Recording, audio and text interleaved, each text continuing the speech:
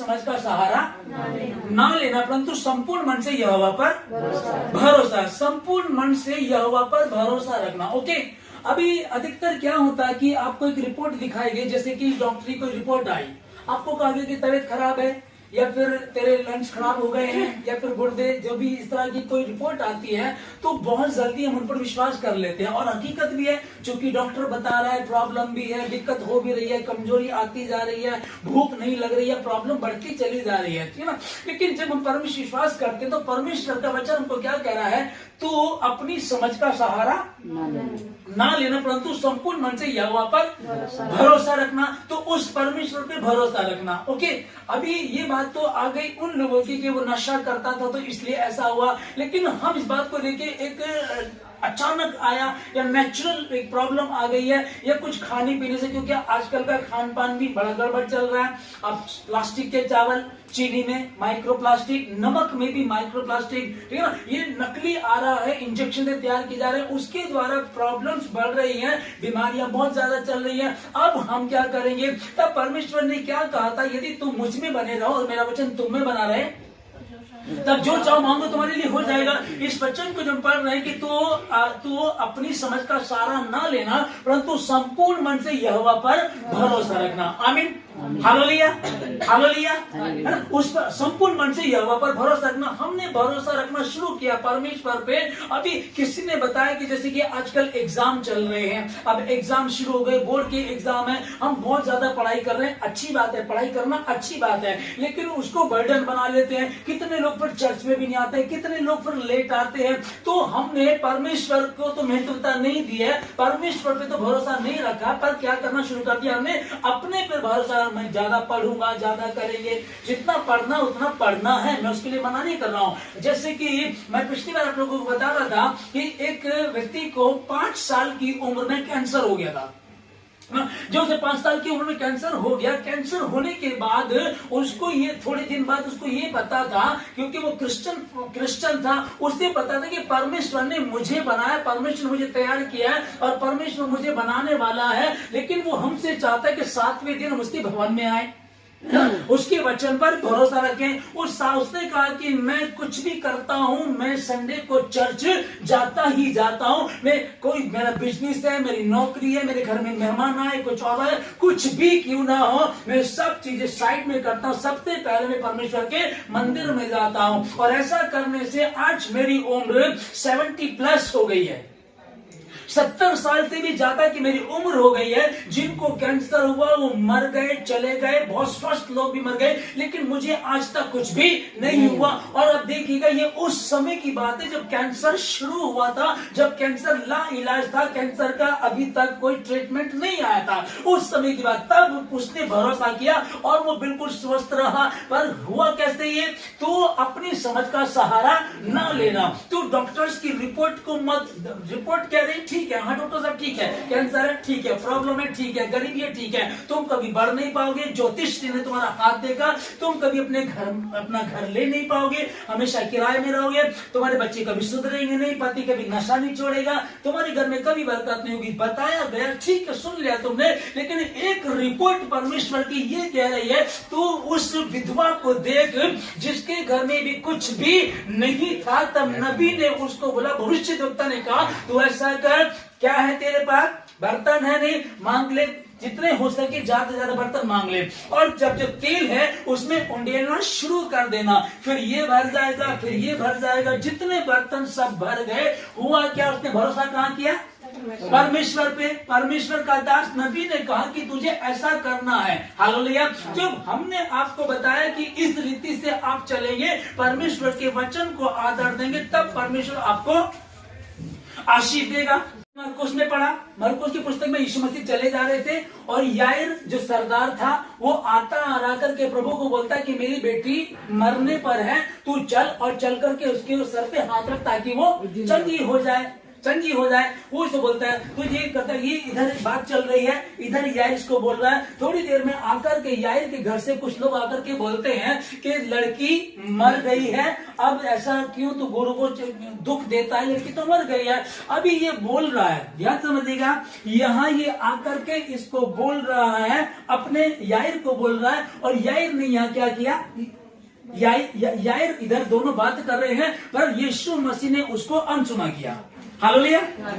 यीशु मसीह ने अनसुना किया, ठीक है ना। उसने कहा कि लड़की बीमार है, मेरे साथ चल, हाथ रख उस पर ताकि चंगी हो जाए। लेकिन फिर बैड न्यूज आती है कि बेटी मर चुकी है, अब कोई फायदा नहीं है। पर परमेश्वर ने उस पर ध्यान नहीं दिया। हम जिस चीज को समझ रहे हैं, आगे जब हम यूसुफ की कहानी को देख रहे हैं, जो 39 में हम हमेशा उस कहानी को देख चुके हैं, उसके भाइयों ने उसको बेच दिया, उसके साथ इतना दुख रहा, परेशान रही, वो वहां पोछा लगा रहा है, गुलामी में है, औरत ने इल्जाम लगाया, उसको जेल में डाल दिया गया। अभी उसको क्या रहा होगा, हम समझ सकते, इस स्टोरी से समझ सकते हैं। पर उसका ध्यान यहां नहीं होगा कि मेरे भाइयों ने बेच दिया, अब मैं गुलाम हूं, मैं पोछा लगा रहा हूं, मैं झाड़ू लगा रहा हूं, मैं अब घरों में काम कर रहा हूं, अब वो औरत मेरे पे इल्जाम लगा रही है, अब मुझे जेल में पहुंचा देगा। वो इन बातों पर ध्यान नहीं दे रहा होगा। उसका ध्यान कहां रहा होगा, उससे पहले 37 का जो 7 में हमने पढ़ा, वो अपने भाइयों को बताने लगा। एक दिन कह रहा है, यूसुफ यहाँ खड़ा, उसके भाई खड़े, कहने लगे मैंने ना स्वप्न देखा है, और स्वप्न में मैं क्या देखता हूं, हम लोग सारे खेत में हैं और अपने अपने पूले बांध रहे हैं, लेकिन मेरा पूला उठ करके सीधा खड़ा हो गया और तुम्हारे पूलों ने मुझे मेरे पूले को चारों तरफ से घेर लिया और सबों ने उसको दंडवत किया। हालेलुया। इसका अभी 1% मतलब कि जब मैं अध्ययन कर रहा था, तो परमेश्वर ने इस बात को मेरे मन में डाला कि उसको ये बात नहीं थी कि मेरे भाइयों ने मेरे साथ क्या किया, उसको ये था कि परमेश्वर ने मुझको एक दर्शन दिया है कि वो मेरे पोले को सब दंडवत कर रहे हैं। फिर वो कहने लगे कि तेरा पोला मतलब कि तू हो गया और हम सबके सब क्या तुझे दंडवत कर रहे हैं, तू उन पर राज्य करेगा। हालेलुया। अब ये उस दुख से होकर के गुजर रहा था, लेकिन दुख पर ध्यान नहीं दिया इसने। जब यीशु मसीह ने सुना कि उसकी बेटी मर गई है, तो यीशु मसीह ने उससे कहा यह विश्वास रख, चिंता मत कर। यीशु मसीह ने उसको अनसुना किया। पहले वचन को हमने पढ़ा, उसमें क्या लिखा है, अपनी समझ का सहारा मत ले, परंतु संपूर्ण मन से यहोवा पर भरोसा रख। संपूर्ण मन से जब यहोवा पर भरोसा रखेंगे, अभी तो यार डॉक्टर कह रहा है कि नहीं ठीक नहीं हो सकता, अभी रिपोर्ट करे ठीक नहीं होता, अभी साइंस भी कहता ठीक नहीं हो सकता, कैंसर तो ठीक हो ही नहीं सकता, ये संभव है ही नहीं है। ये कैंसर जिसमें आ गया उसको बहुत जल्दी खत्म कर देता है। डॉक्टर कहेगा 6 महीने का टाइम है आपके पास, है ना, नहीं बच सकता। लेकिन जब उस बंदे ने ये विश्वास किया, और ये टेस्टमनी एक क्रिश्चियन की है, और बोल कौन रहा है, एक मुस्लिम भाई बोल रहा है। मुस्लिम भाई कह रहा है कि क्रिश्चियन से मैं मिला, उसकी टेस्टमनी को मैंने सुना, और वो इस बात को बता रहा था 5 साल की उम्र में मुझे कैंसर हो गया था, और आज 70 साल से भी ज्यादा मुझे हुए। मेरे साथ के कई लोग दुनिया छोड़ के चले गए, जिनको कैंसर हुआ वो नहीं बचे। मैं आज तक जिंदा हूं क्योंकि मैंने अपनी समझ पर, या मैंने साइंस पर, या डॉक्टरों पर, या उस रिपोर्ट पर भरोसा नहीं किया, पर मैंने भरोसा किया उस यहोवा पर जिसने मुझको कहा था अपनी समझ का सहारा मत ले, परंतु संपूर्ण मन से यहोवा पर ही भरोसा रख। मैंने उस पे भरोसा रखा। जब मैंने उस पे भरोसा रखा तो मुझको परमेश्वर ने संभाला और वहां लेकर के गया। जब यूसुफ अपने भाइयों का बेचा गया, सताया हुआ, और ये सताता जा रहा था, 17 साल की उम्र में इसके साथ ये कहानी शुरू हुई और 30 साल में जा करके ये खत्म हुई। और जितना इसका गया था, जितना इसने दुख उठाया था 13 साल तक, वो एक ही मिनट में, एक ही दिन में परमेश्वर ने उसको सारा दे दिया, उस देश का प्रधानमंत्री बना करके। आमीन। अपनी समझ का सहारा मत लेना। कुछ कंडीशन डाउन है, कुछ दिक्कत चल रही है, कुछ परेशानी चल रही है, बच्चे बार बार गलती करते हैं, ये सुधर नहीं रहे, ये समझ नहीं रहे, ये ठीक से पढ़ाई नहीं करते, चर्च की टाइमिंग ठीक नहीं है, ये सही नहीं चल पा रहे, क्या किया जाए? कुछ ना करें, अपनी समझ का सहारा आपने बहुत ले लिया, बहुत समझा कर देख लिया, समझ नहीं रहे हैं, फिर क्या करें? फिर अब उसके हाथों में दे दो, और वो कहता कि तेरा चित्र मैंने अपनी हथेली पर खोद करके बना रखा है। दूध पीते बच्चे को मां भूल जाए हो सकता है, परंतु मैं तुझे कभी भी नहीं भूलूंगा, नहीं छोड़ूंगा, तेरी शहरपना निरंतर मेरे सम्मुख रहती है। इसमें क्या लिखा है? अपनी समझ का सहारा मत लेना, परंतु संपूर्ण मन से यहोवा पर भरोसा रखना। हालेलुया। अभी परमेश्वर के पास आपके लिए बड़ा प्लान है। विश्वास करते हैं? परमेश्वर के पास आपके लिए बड़ा प्लान है।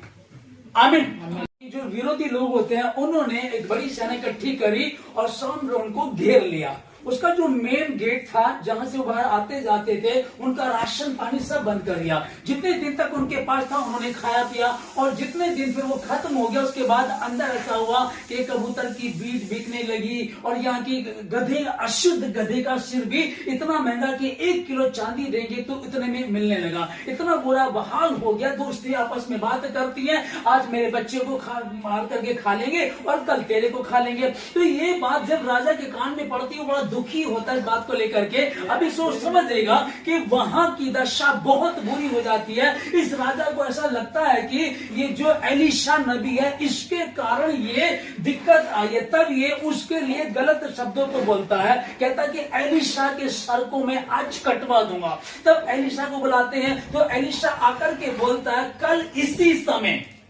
इसी समय जो 1 किलो चांदी दे करके तुमको गधे का सर मिल रहा है या कबूतर की बीट जो तुम खा रहे हो, अब क्या होगा, कल सुबह ऐसा होगा एक पैसे में, एक मतलब बहुत सस्ते में वो सामान बिकना शुरू हो जाएगा, तुमको मिलना शुरू हो जाएगा। तो ये एक दूसरा ये बंदा जो यहाँ बोल रहा है वो कह रहा है कि ऐसा कैसे हो सकता है, अकाल पड़ा है, बहुत दिक्कतें हैं और बाहर विरोधी खड़े हुए, यदि हम बाहर निकलेंगे तो हमको मार डालेंगे, और अगर हम अंदर आए तो भूख से मर जाएंगे, तो हम बिल्कुल खत्म हो जाएंगे। पर एलीशा नबी ने इस बात को बोल करके, जो हम लोग साथ में पढ़ रहे हैं, यहाँ वो सेना बाहर बैठी हुई थी कि ये लोग कभी ना कभी तो बाहर आएंगे, और यदि नहीं आएंगे, जब इनका खाना पानी बंद हो जाएगा, ये भूख से मर जाएंगे, फिर हम इस देश इस पर हमला करेंगे, इसको अपने कब्जे में ले लेंगे। ओके, इनका ये इरादा तो बाहर खड़े थे।